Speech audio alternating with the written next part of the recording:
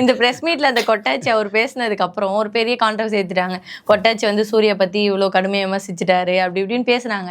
அடுத்த நாளே நண்பா என்னை மன்னிச்சிடு அப்படின்னு சொல்லிட்டு அடுத்த வீடியோ ரிலீஸ் பண்ணுறாரு. யாரு கொட்டாச்சி? ஆமாம், நான் வந்து உன்னை தப்பாலாம் நான் சொல்லணும்னு சொல்லலை, ஒரு ஃப்ரெண்டுக்குள்ளே பேசிக்கிறத நான் அந்த ப்ரெஸ் மீட்டில் அப்படியே சொல்லிட்டேன், அதனால நீ தப்பாக நினச்சிக்காத, நீ அப்பயும் எனக்கு ஃப்ரெண்டு தான், என்னை மன்னிச்சிடு அப்படின்ற மாதிரி.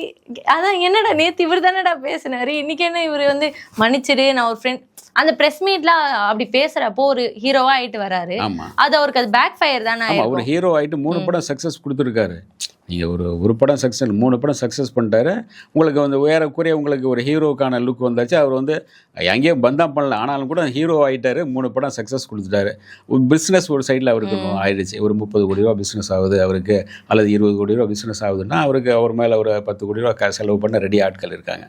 ஆனால் இவருக்கு வந்து நீங்கள் இவர் சொன்னால் தானே இவரையும் கொஞ்சம் அந்த அந்த அந்த அந்த படத்துக்கு அந்த கேரக்டருக்கு இவனை போட்டிருக்குப்பா அப்படின்னு தானே சொல்ல முடியும்.